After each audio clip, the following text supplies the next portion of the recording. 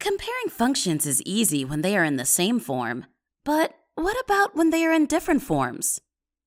Let's compare two quadratic functions, one graph to one equation. To begin, here is function number 1, a graph that represents the height of a baseball, h, in feet as a function of time, t, in seconds, after it was hit by player A. The function g, defined by g of t, equals the quantity negative 16 minus 1 times the quantity t minus 4. G of t also represents the height in feet of a baseball t seconds after it was hit by player B.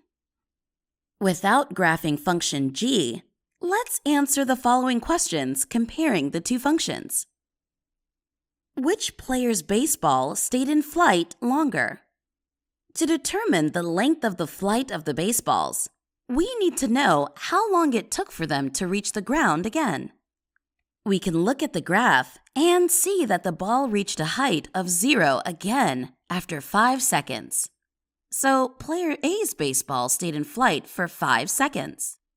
To find a height of 0 in player B's equation, we need to set g of t equal to 0.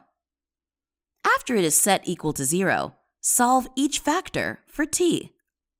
Your answers are t equals negative 1/16 and t equals 4.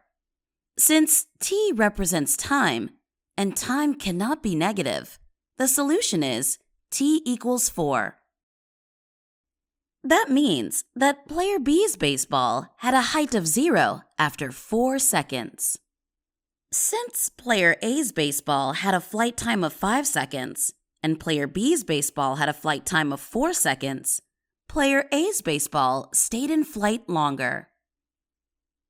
Which player's baseball reached a greater maximum height?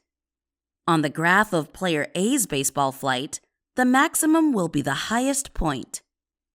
Looking at the graph, you can see that it occurred around 2.5 seconds, and the maximum height was about 105 feet. When using the equation for player B, we know that the vertex, or maximum, will occur halfway between the intercepts of negative 1/16 and 4. We can use a t-value of 2 to estimate the maximum of player B. We would substitute 2 into the equation for t and solve. The result is 66 feet. Since player A's baseball reached a height of 105 feet and player B's baseball only reached a height of 66 feet, player A's baseball had a greater maximum height.